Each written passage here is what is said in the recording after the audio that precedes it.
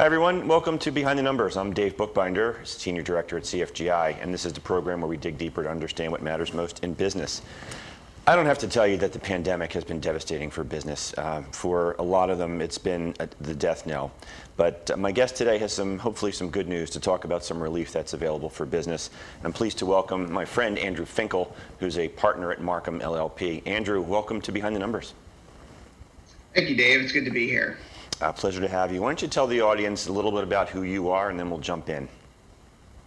Sure. So again, my name is Andrew Finkle. I'm a CPA and a tax attorney, and I've worked on both sides. I've worked for accounting firms, and I've worked for a law firm as well. Right now, I am a partner at Marcum LLP. Marcum is a national accounting firm, 15th largest in the country, and I lead their national tax office, and I also lead their transaction tax services group as well. And so I have 30 plus years of experience, the last 20 of which have been mainly working on transactions with lower middle market and middle market companies. And it's been a really great ride. I've been in Philadelphia, I've been in New York, I've been in Atlanta, and now I've been back in Philadelphia for 12 years now. And I'm in a really robust practice in a really great firm, and things are going well. Great. Sounds like you do have a lot going on. Based on the hats that you wear, it doesn't sound like you have much time for hobbies these days. So I do play tennis. I try to play tennis 2 or 3 times a week. It's not only good physical exercise for me, but it's great mental exercise for me as well. It lets me stop thinking about the deals that I'm working on and the stress that those deals incur, and the political and business climate that we find ourselves in. And I get to concentrate on a fuzzy yellow ball. That's good stuff. We all can use a break from everything you just alluded to. Let's talk about some relief. As I mentioned in the open, I mean, I don't have to tell you or anybody else watching or listening that the pandemic has just wrought havoc on business, especially the smaller ones, and some of them may never come back. But I know that you've got some thoughts on relief for business. So why don't we talk about that? What kinds of relief are available for business? Yeah, so to date, Congress has passed $2.2 trillion of relief, a lot of that earmarked for small businesses, in the form of PPP loans, which are payroll protection program loans, which has been heavy in the news for good reasons and bad reasons as well, which we can get into. There's been payroll tax deferrals. There have been a number of different credits that are available for businesses, all to try to generate cash flow and keep those businesses alive through the pandemic. Unfortunately, it's been 264 days, Dave, since Congress has passed any form of stimulus and relief.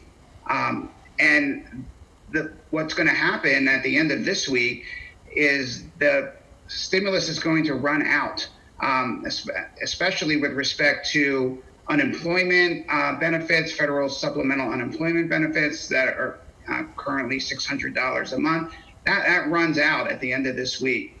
So last week or 2 weeks ago, a bipartisan caucus of Congress came forward and put forth an interim $908 billion bill, far short of the $2+ trillion that the House Democrats wanted, but more than the $500 billion that the Senate Republicans wanted.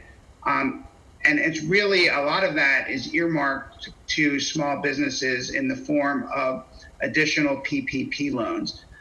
So when the PPP loans were passed back in 264 days ago, they thought the pandemic was only going to be short term, maybe 2 months, maybe 3 months. And here we are, 8-9 months later, and we're still in the worst part of it, the second phase of this pandemic.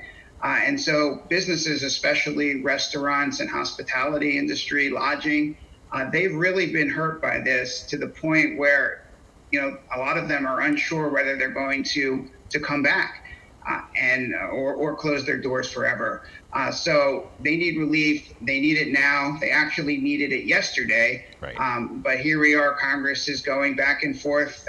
News this morning was they made progress last night towards this interim bill, which would go from now December through March. So there's a lot of optimism that this bill will pass by the end of the week. And if not, Congress has said that they're going to work through and forgo their holiday break until something gets done, and something absolutely needs to get done. Yeah, very generous of them. Pardon my snarky remark there, but is it too little, too late for some of these businesses, Andrew, even if stimulus does get passed?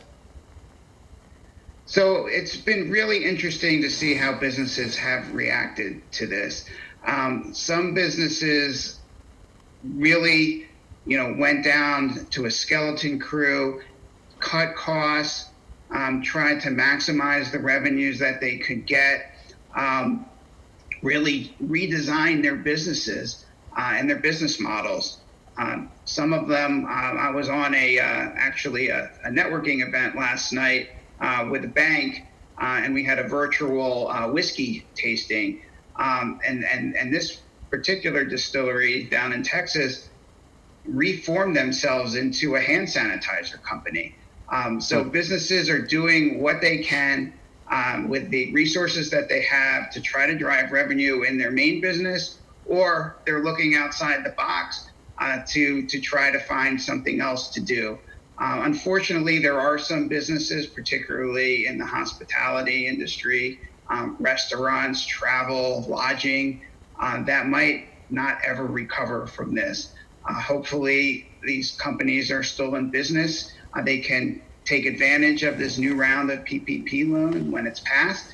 And those PPP loans were meant to really keep these businesses afloat in terms of subsidizing their payroll, mainly payroll, but other expenses as well, such as rent and utilities, just to keep them afloat during what is just a once in a lifetime event, once in 100 years event for that matter. And so, hopefully if these companies are still alive, they can take advantage of these PPP loans.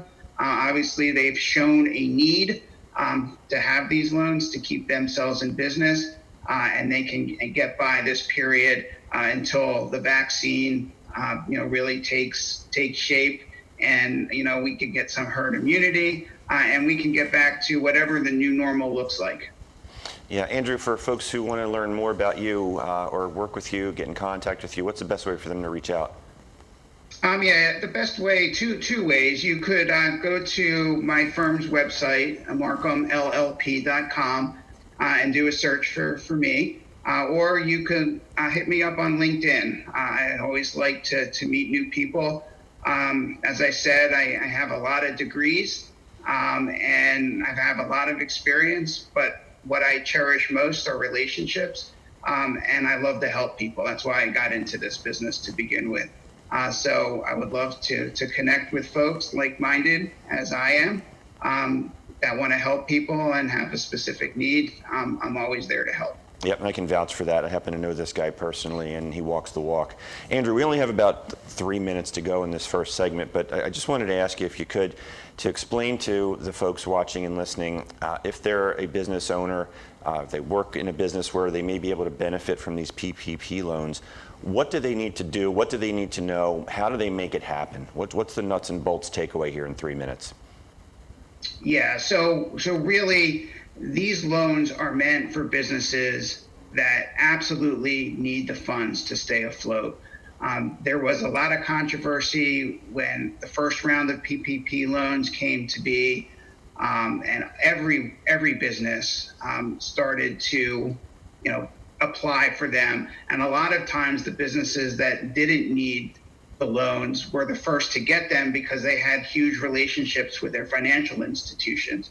And these loans were administered by the banks and backed by the SBA. Shortly after guidance and rules started to come out from Treasury and from the SBA, as to really what the purpose and who qualifies for these loans. And basically, it's for those that have sustained an economic loss through the pandemic and can prove it.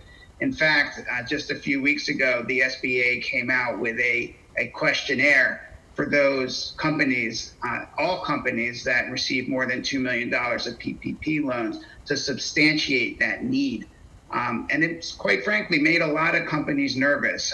The press came out and went and named names of companies that perhaps didn't need them, and it made a lot of people nervous. So a lot of people returned their funds. So this time around, they're going to really look at need, and those that really need the funds can go to their financial institution and apply for those loans. We've done a lot of work as a firm to help folks through that process because it could be intimidating, and there's a lot of unknowns. So we try to plug in the questions, or the answers to a lot of questions that folks have. And so, we have an advisory group that we set up, a task force that has now been nationally known. We're happy to help. Sounds good. On that, we're going to take a quick break. Andrew, you just sit tight. We'll be right back on Behind the Numbers after this quick commercial break. Thanks, Dave.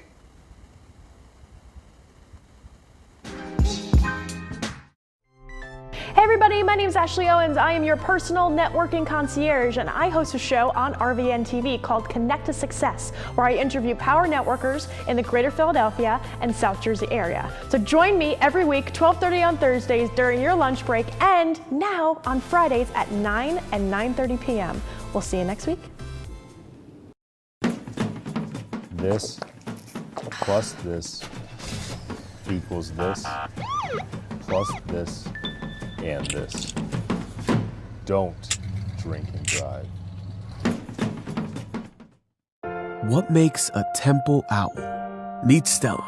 She's wise, fierce, and she's not alone. Temple University, where owls call home. We are the cherry and white. The city is our classroom, and we lead the rush hour, making our mark on every field around the world. A world without Temple, well, that's like the sky without the North Star. Temple, never stopping. The family law. Here we go. Hey everybody, welcome back to Behind the Numbers. I'm Dave Bookbinder, and today we're talking about, we have been talking about pandemic relief with Andrew Finkle, who's a partner at Marcum, a guy who wears a lot of hats over there. And Andrew, I want to jump into the second segment and ask you to change hats. I want you to put on your, we'll call it the transaction advisory chapeau. Let's talk about what it's like to be doing deals during a pandemic. Companies are still trying to be strategic, planning for the future, which means potentially exits and fundraisings and things like that to keep businesses growing. What's been your experience and how things are happening during this pandemic? Yeah, so in order to answer that question, Dave, I think we need to go back a little bit. Really, out of the last recession, the deal community has grown and grown and grown, mostly spearheaded by private equity firms that are buying for companies that have not had institutional investors before. So it's really been a seller's market, especially over the last 5 or 6 years. And every conference I go to, every call that I attend, over the past number of years, the question's always been, when is the correction coming? The valuations have skyrocketed, and as with any bubble, the bubble ultimately burst, and the question always was, well, when is this bubble going to burst? However, it has not. And one thought that back in March, when everything started to shut down due to the pandemic, that this was the correction that everyone was looking for, or not necessarily looking for, not in a good way, but anticipating. And what happened, basically, there was a pause button that was pressed. All deals stopped. Maybe there were some deals that were far through the process that completed and closed. But most of the deals were put on pause. No one knew what to do. No one knew when they were going to come out of this pandemic, whether these companies would be viable, whether there would be an adjustment for the COVID, called a COVID adjustment. And so no one knew. Well, so summer came and this restrictions started to lift. And what happened? There wasn't a pullback. There wasn't a pullback at all. The valuations are just as high now as they've been. It's still a seller's market. It's still very competitive with respect to strategic acquisitions and private equity acquisitions.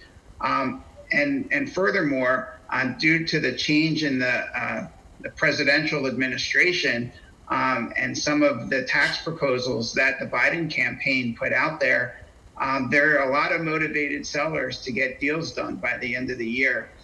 So we have been extremely busy. This might be one of the busiest times of my 30-plus year career in terms of getting deal done. I'm actively working on 3 deals and 8 other projects that are M&A related.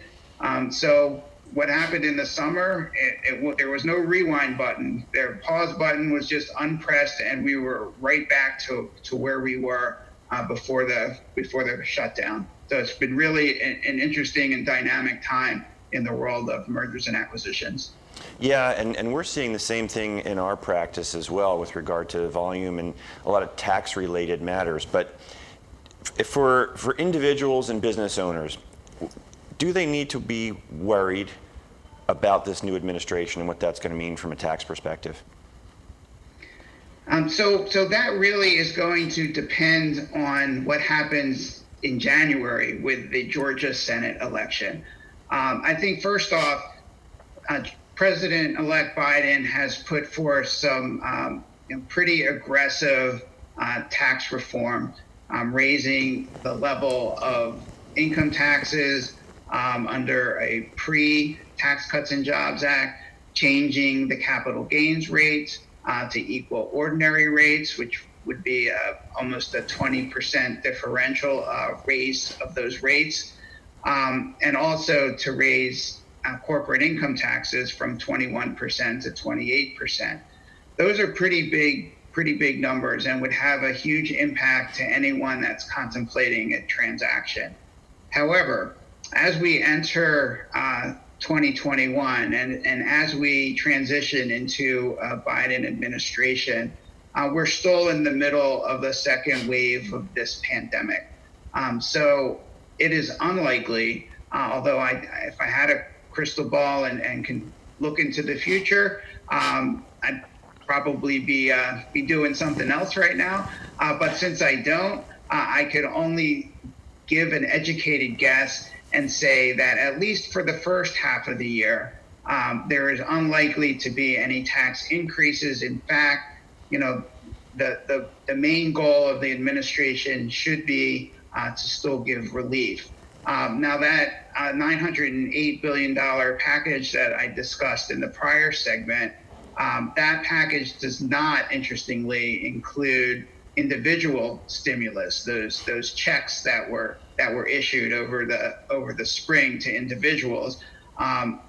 So individuals are still hurting as well. Unemployment is still at record levels, and so that makes me believe that it is highly unlikely that we're going to see tax increases.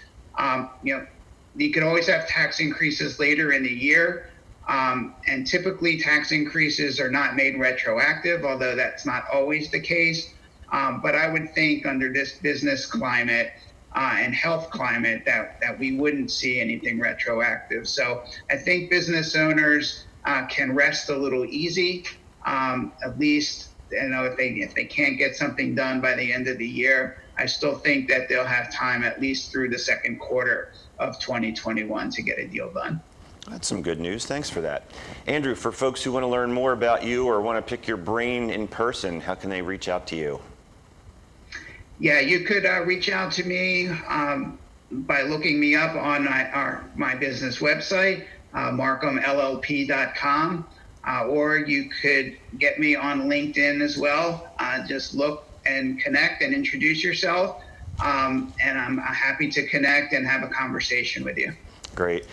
Andrew, we only have a few minutes to go here, maybe just about 5 or so, but you mentioned something about doing a virtual whiskey tasting, and I know you're a big fan of networking.